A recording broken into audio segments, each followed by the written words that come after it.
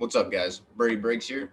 I want to recap the last two events, UFC Fight Island 7 and UFC Fight Island 8, just as I previewed them. Now, the first one I want to start out with is Ramazan Emeev versus David Zawada. Now, this was a very back-and-forth fight. It was pretty close. Emeev defeated him via split decision. I think it went to the rightful winner. I do believe Emeev did a little bit more than Zawada. He proved the M1 champ's better than the RFC champ. Congratulations to Ramazan Emeev improving his UFC record to 5-1. That's pretty impressive, especially at welterweight. Next one, Carlos Felipe and Justin Tafa. I don't think this one went to the right winner. Felipe beat him by split decision, back-to-back split decisions. It was a close fight, but I think most people thought Tafa won it. I mean, you can't really scream robbery because it was pretty close, but I mean, he did a little more than Felipe, let's be honest. Puna Soriano came back and knocked out Dusko Tvrdovic in the first round, which was very exciting to see. I was very excited for his next fight after he knocked out Oscar Pichota. No, he was throwing a lot of heavy strikes at first, and he wasn't landing many of them. And the commentators were saying he needs to slow down. He needs to, throw his straight shots. And as soon as he started throwing that cross, he started dropping like two times at least, until he ended up finishing him. It's a very impressive performance. I really can't wait to see what's next for him. Man, that kid hits so hard. And he's got really good boxing. He's got some good kicks to go with it. He's young. His future's going to look pretty bright. Next, this one was a real shocker. Alessio Di Chirico knocking out Joaquin Buckley with a head kick. After that knockout of the year with Buckley last year to this, live by the head kick, die by the head kick. It's crazy. Man, that was so beautifully timed. It went right over his shoulder, cracked him right up here on the top part of his dome. Didn't see it coming at all, and he just put him out. Shut his lights out completely. It was so impressive. Next, Li Jingyang. Man, this kid. I was so excited about this. I feel so bad for Ponzinibbio, man. He was 27-3 coming in. He was on a 7-fight win streak, but he hadn't fought in 26 months. And he, not only the result, but the fight itself, he looked like someone who hadn't fought in 26 months. His timing didn't look good at all. He really did. He did not look good at all. And Jingyang, like I said before, he can crack, man. The dude hits so hard, and he's a good boxer himself. He caught him with a beautiful left hook, put his lights out in the first round. That was a very, very big win for him. If Ponzinibbio was still active, if he'd fought more recently, at least in half the time, the last 13 months, I think that fight probably would have looked different. But I'm very glad to see Li Jingyang get a big knockout win like that. I really like Li Jingyang. No, the co-main event, Carlos Condit beat Matt Braun via unanimous decision. No, all three judges scored at 30-27. I don't understand how one judge would score that 30-27, let alone all three. How could you not give that first round to Matt Braun? He dominated 4 minutes and 45 seconds of it. Condit was on top for the last 10-15 seconds of that round, okay? Braun dominated the whole round. The second round, he certainly lost. The third round was close, but he ended on top. I'm not bitching about the decision. Carlos deserved the win, and he even deserved a unanimous decision, but he didn't deserve a 30-27. That's not how to score that fight. No, in the main event, Max Holloway and Calvin Kattar. A lot of people were picking against Max Holloway. They were thinking, maybe his motivation left him. I even mentioned that. He's just turned 29 years old, but after starting his career at 20-3 on a 14-fight win streak, he went 1-3 in his last 4. Really, he should be 2-2 because of the Alex Volkanovski rematch, but whatever. That's another conversation. He looked incredible, man. He really did. We haven't seen the best of Max Holloway yet. Did we really think those Jose Aldo fights would be the best we saw him? Or that Brian Ortega fight would be the best we saw him? Oh my God, dude. He broke a record. The most strikes landed in a fight, he has the record for the top 3. The top 3 most strikes landed in a fight, he has the record for all top 3 of them. It's insane.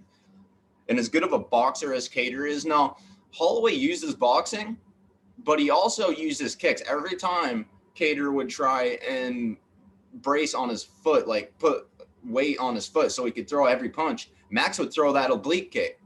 And it would fuck his timing up. He couldn't let go because every time he put weight on that leg, he'd get kicked in the front part of his thigh, and that shit hurts. So it didn't work out for him. Max won 50-43, 50-43, and 50-42.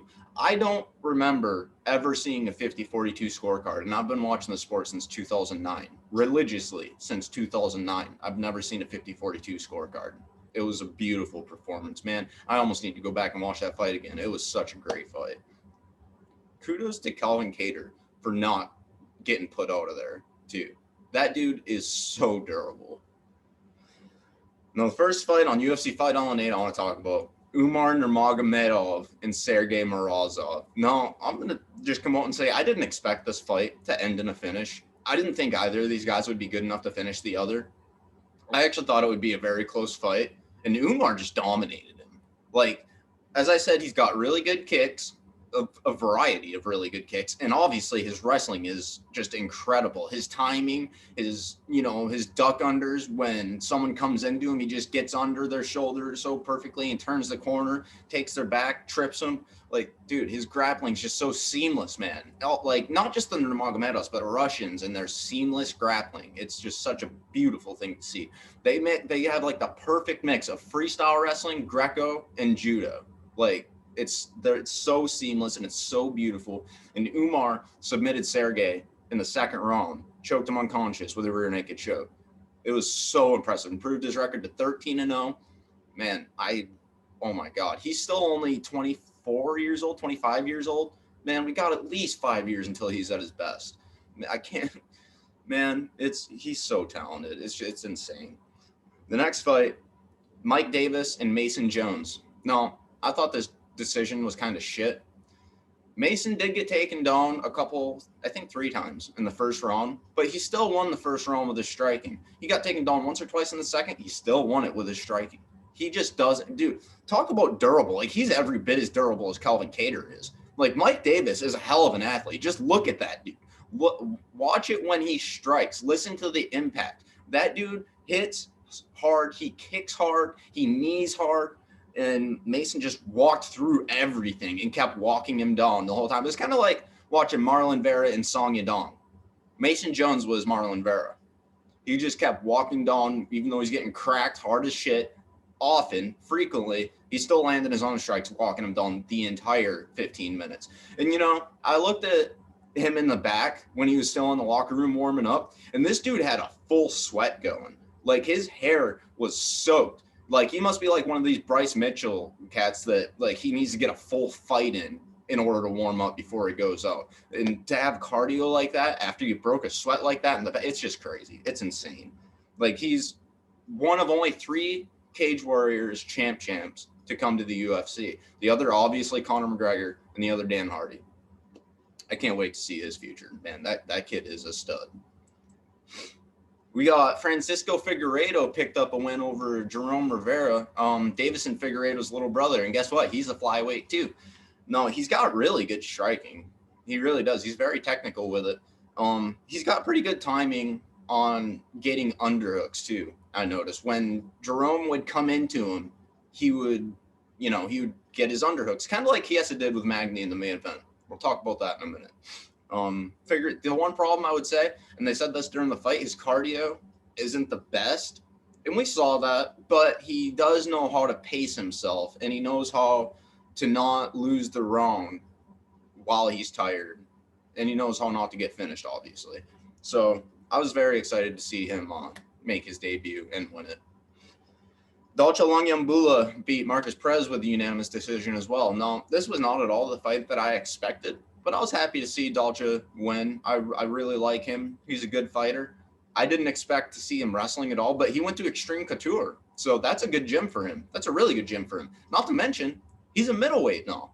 He was at light heavyweight. And the dude is 5'8", okay? Daniel Cormier is tiny for light heavyweight, for heavyweight. Dan Henderson, is dense as he is, he was only 5'11". He's pretty small for those weight classes. Dalcha is 5'8", okay? He's a middleweight now. He is even more shredded than he was before. He's got every bit of power that he had before. And obviously, his ground game is improving quite a lot, as is his endurance. Next, we got Sumadodri and Zarak Adashev. This was a really good fight, and I knew it was going to be. Because Adashev is a 16-3 pro kickboxing champion. He's WKU world champ. He's a former Glory competitor. And then Sumadodri is just a prodigy on the feet. He really is. And then he was gone to Team Alpha Male, so you know he's getting a good ground game now, or at least he's working on it and getting it better. Because just about everybody at Team Alpha Male has wicked chokes, to say the least. I mean, there's other really good, well-rounded jiu-jitsu guys there, but yeah, I'm really excited to see both these guys' future. I think the UFC signed – at first, I thought they signed Adashev a little too soon. But then after seeing this fight, I don't think they did. I just think Sumadodri was a bad matchup for him. Like, this dude has a 72-inch reach, and he's 5'8 or 5'9, okay? Adashev is 5'5", and his reach is 65 inches. Now, if he was fighting who he was supposed to fight – I don't remember the dude's name – if he was fighting who he was supposed to fight at this card, he may have won that fight. Give Adashev another striker. I know he's 3-3 now. He's 0-2 in the UFC. He looked good, man. He hurt Sumadodri at one point. Su has never been finished with strikes. Obviously, he didn't here either. But, dude, Adashev, he's got some skill, man. Just give him another chance. Please don't cut him. Please don't cut him. Give him a striker. Let him have another chance. Ricky Simone had a very impressive performance over his German opponent, Perillo. He submitted him with an arm triangle choke in round 2 after absolutely mauling him for a round and a half. It was a typical Ricky Simone performance. It was a good one. I enjoyed it thoroughly. Omari Akhmedov, this was a kind of surprising one, finished Tom Breeze. Now, if you've seen any of Omari's fights, you know he's really not much of a finisher, at least in his later stages of his career. And Tom Breeze, he's got a lot of potential, but man, he just dropped his second loss in a row. His second finish loss in a row. Akhmedov was able to get him down and sink that arm triangle in the second round and finish him. It's unfortunate. I mean, it's not unfortunate, you know, congratulations to Omari Akhmedov, but Tom Breeze came back last year after like 2 years away, and I was super excited. And now it's just, he got finished by Brennan Allen. Now he got finished by Omari. At least he's getting finished by good fighters, but man, he's still got a good future if he wants it. Lerone Murphy picked up a good performance over Douglas Silva de Andrade. I had to recap this fight. Both fighters landed a whole lot of calf kicks. Oh, I forgot to say that about the Mason Jones and Mike Davis fight too. Both of them ate each other's legs up. But Murphy landed a lot of really nice calf kicks. He landed a lot of nice crosses to the body and the head. He picked them apart to a unanimous decision victory. And De Andrade, he's tough as shit, man. He just kept coming, but he was lunging in. He was telegraphing his strikes. He did land a few hard punches and leg kicks, but it wasn't enough. Lerone Murphy is a prodigy of sorts. Matt Schnell picked up a really good win over Tyson Nam, too. Now, Schnell had just gotten knocked out by Alexandre Pantoja, and when he made his UFC debut, he lost his first 2 fights, also both by KO. Nam's first 2 fights in the UFC were also losses, but he lost to Pettis and Kai Kara-France by decision. And then his last 2 wins were both knockouts. One like 30 seconds into round 1, and one like 30 seconds into round 2. Though Nam was able to crack Schnell quite a few different times with some hard strikes, Schnell's chin held up beautifully, and his striking really looked good throughout the fight. He's been improving pretty drastically. It's great to see. Ike Villanueva had a very good performance over Vinicius Moreira last night or yesterday as well. I said if it stays on the feet, Villanueva is going to knock him out. If it goes to the ground, Moreira is going to submit him. It's a no-brainer. It didn't go to the ground. Moreira got knocked out. It was a beautiful overhand right, too. He was coming in, and Ike just, man, it was gorgeous. He fell as soon as it hit him. Warlley Alves, this is so far the performance of the year. Man, did he come to fight yesterday. Like, Mounir Laziz is an incredible kickboxer. Okay, he's a kickboxing champion. All right, he's got incredible stand up. And like I said in a previous video, I don't remember what gym he's the coach for, but he's a kickboxing coach at some gym. I heard Darren Till talking about him. Maybe he's his kickboxing coach. I don't know. I do know he's a kickboxing coach though, and we saw in his UFC debut against Abdul Razak Al Hassan, who's a fellow striker. He's got wicked striking. And dude, Warley just came out and fucking mauled him with his striking, dude. Like, to set up the finish, he finished him like halfway through round one. But to set up the finish, he just threw 3 straight body kicks, wrong kicks to the body in a row. He was so tenacious in this fight. Like, man, I hope he fights like this every time. How good is this dude? Because Lazzez is, dude, how hard is it to finish a world kickboxing champion on the feet? It's not easy. Then the main event, we had Michael Chiesa and Neil Magny. No, Neil Magny has been the guy that's proven to us time and time again that we cannot call him out. Like, he's one of those guys that after taking as much damage as he has, he's still blossomed into a really elite fighter. Like, he got his ass beat by Hector Lombard until he came back and finished him. He got knocked out by Lorenz Larkin. He got knocked out by Santiago Ponzinibbio. He got knocked out by Mike Ricci on The Ultimate Fighter. Like, KO defeats, like completely out. But he still comes back better every time. But Chiesa, now that he's at 170, man, dude, this is clearly the weight class for him. First off, I think you can tell that just by looking at the man. He is huge, absolutely massive. And secondly, dude, he just makes better choices. Like, his head isn't cloudy anymore. He doesn't have to cut all the water out of his brain and his muscles and his organs and everything. He competes so much better. Like, dude, his body lock trip, his striking looked better too. Like, and it's just in his last fight with RDA, and Daniel Cormier pointed this out too. I was thinking the same exact thing.